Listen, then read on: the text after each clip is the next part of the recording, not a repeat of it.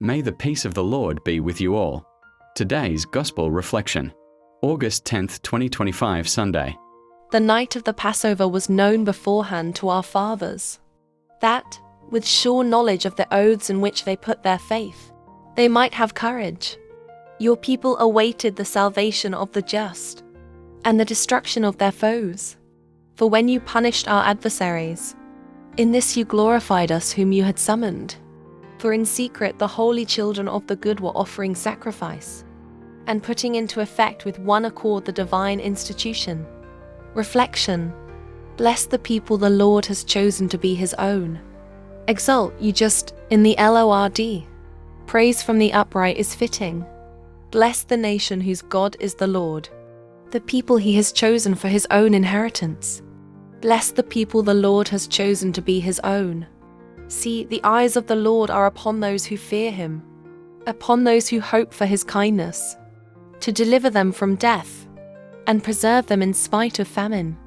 Bless the people the Lord has chosen to be his own.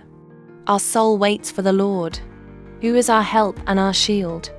May your kindness, O Lord, be upon us, who have put our hope in you. Bless the people the Lord has chosen to be his own. Brothers and sisters, faith is the realization of what is hoped for, and evidence of things not seen. Because of it, the ancients were well attested. By faith, Abraham obeyed when he was called to go out to a place that he was to receive as an inheritance. He went out, not knowing where he was to go. By faith, he sojourned in the promised land as in a foreign country, dwelling in tents with Isaac and Jacob, heirs of the same promise. For he was looking forward to the city with foundations, whose architect and maker is God. By faith he received power to generate, even though he was past the normal age. And Sarah herself was sterile, for he thought that the one who had made the promise was trustworthy. So it was that there came forth from one man, himself as good as dead, descendants as numerous as the stars in the sky, and as countless as the sands on the seashore. All these died in faith. They did not receive what had been promised, but saw it and greeted it from afar, and acknowledged themselves to be strangers and aliens on earth. For those who speak this show that they are seeking a homeland. If they had been thinking of the land from which they had come, they would have had opportunity to return. But now they desire a better homeland, a heavenly one. Therefore, God is not ashamed to be called their God, for he has prepared a city for them. By faith Abraham, when put to the test, offered up Isaac, and he who had received the promises was ready to offer his only son, of whom it was said, "Through Isaac descendants shall bear your name." He reasoned that God was able to raise even from the dead, and he received Isaac back as a symbol. The Holy Gospel according to Luke. Jesus said to his disciples, "Do not be afraid any longer, little flock, for your Father is pleased to give you the kingdom. Sell your belongings and give alms. Provide money bags for yourselves that do not wear out, an inexhaustible treasure in heaven, that no thief can reach nor moth destroy. For where your treasure is, there also will your heart be. Gird your loins and light your lamps, and be like servants who await their master's return from a wedding, ready to open immediately when he comes and knocks. Blessed are those servants whom the master finds vigilant on his arrival. Amen. I say to you, he will gird himself, have them recline at table, and proceed to wait on them. And should he come in the second or third watch, and find them prepared in this way. Blessed are those servants. Be sure of this, if the master of the house had known the hour when the thief was coming, he would not have let his house be broken into. You also must be prepared, for at an hour you do not expect, the Son of Man will come. Then Peter said, Lord, is this parable meant for us or for everyone? And the Lord replied, Who, then, is the faithful and prudent steward, whom the master will put in charge of his servants, to distribute the food allowance at the proper time? Blessed is that servant whom his master on arrival finds doing so. Truly, I say to you, the master will put the servant in charge of all his property. But if that servant says to himself, My master is delayed in coming, and begins to beat the menservants and the maidservants, to eat and drink and get drunk, then that servant's master will come on an unexpected day and at an unknown hour, and will punish the servant severely, and assign him a place with the unfaithful. That servant who knew his master's will, but did not make preparations nor act in accord with his will, shall be beaten severely. And the servant who was ignorant of his master's will, but acted in a way deserving of a severe beating, shall be beaten only lightly. Much will be required of the person entrusted with much, and still more will be demanded of the person entrusted with more. The Gospel of the Lord.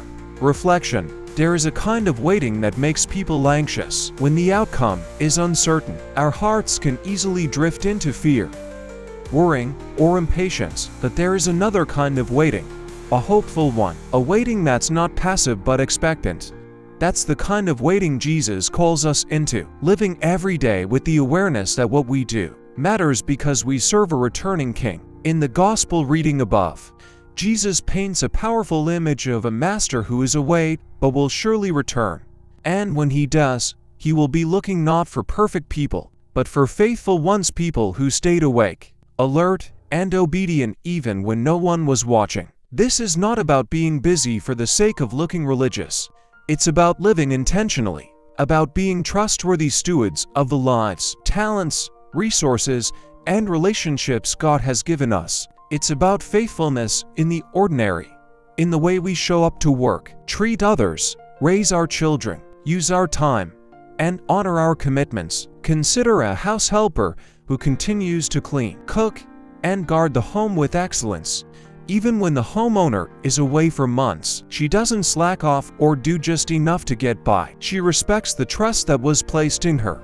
That's the kind of faithfulness God is looking for, not one born out of fear, but out of love and integrity. Jesus warns about the danger of forgetting. When we live as though he's not coming back, when we get too comfortable with the world's pleasures, or treat others unfairly, or think our choices don't matter, we begin to drift from the heart of God. And eventually, we may wake up to find that we've lived for the wrong kingdom. The challenge is real. It's easy to grow tired, distracted, or complacent. Life gets busy, success is tempting, and struggles are exhausting, but that's exactly why we need to keep our lamps burning, to remain spiritually awake, because when the Master returns, he will not ask how impressive we were. He will ask how faithful we remained. One of the most encouraging truths in this message is that God takes pleasure in giving us his kingdom. He is not a harsh judge waiting to catch us failing. He is a loving Father who delights in rewarding his children. That's why Jesus urges us not to live in fear, but in readiness. So what does readiness look like in today's world? 1. It looks like the businessman who chooses integrity over profit, even when no one would have known otherwise. 2. It looks like the young woman who serves in her church quietly, faithfully, without seeking recognition. 3. It looks like the father who leads his family in prayer, even after a long day of work. 4. It looks like the student who chooses honesty in exams because character matters more than grades. 5. It looks like the person who forgives quickly, gives generously, prays consistently, and serves joyfully because they live with eternity in mind. And here's something to remember. The more we have been given, the more is expected of us. Privilege and responsibility go hand in hand. If God has blessed us with influence, knowledge, time, or resources, then our stewardship matters even more. We don't have to be perfect, but we must be faithful. So today, take a moment to reflect. Are you living ready?